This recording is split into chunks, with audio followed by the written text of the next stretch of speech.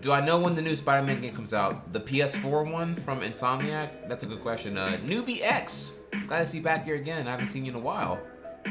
I haven't seen you in chat active in a while. That currently doesn't have a date. I would suspect that it's probably a 2018 release date because we haven't seen any gameplay of it yet.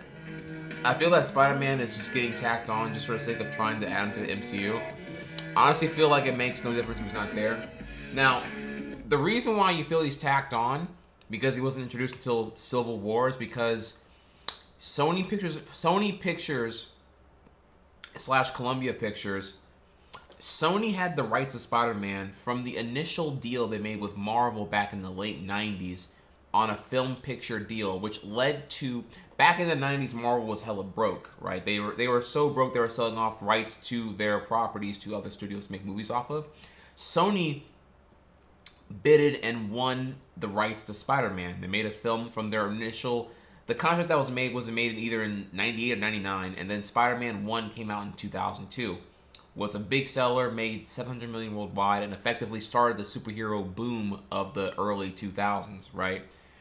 And the problem is, in the original contract that they made with Marvel back then, Sony keeps the rights to Spider-Man as long as they make a movie every X amount of years or whatever. Very similar to how the same contract is currently in place with Fox with Fantastic Four, which is why you had Fan Four Stick come out in 2014 or whatever year it came out in. It came out mostly just to keep the rights to Fantastic Four so they can make a better movie in later time. Wasn't actually really ready for that to come out, honestly.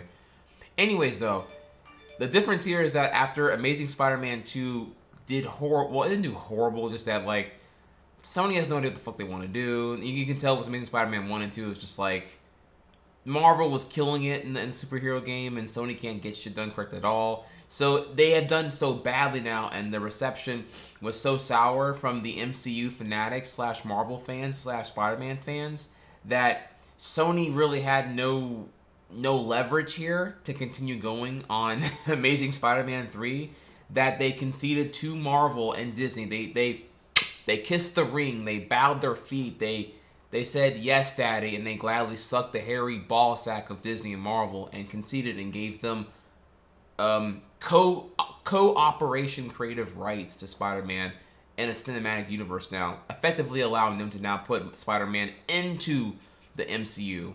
So at that point, when that happened, Kevin Feige, or whatever his name is, the guy who like is in charge of supervising the MCU, he was like, all right, cool. Well, we had a plan on if we could get Spider-Man into the MCU or if we couldn't.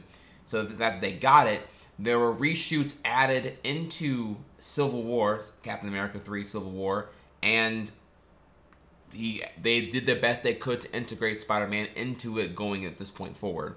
Which is why he feels kind of like not needed, but it's okay though. And not only that though, but you know it's looking good though.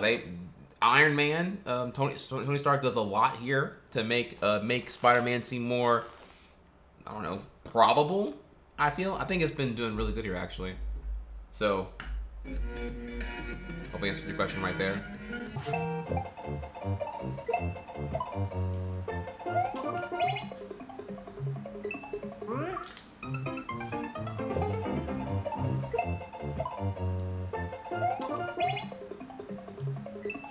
Fuck you!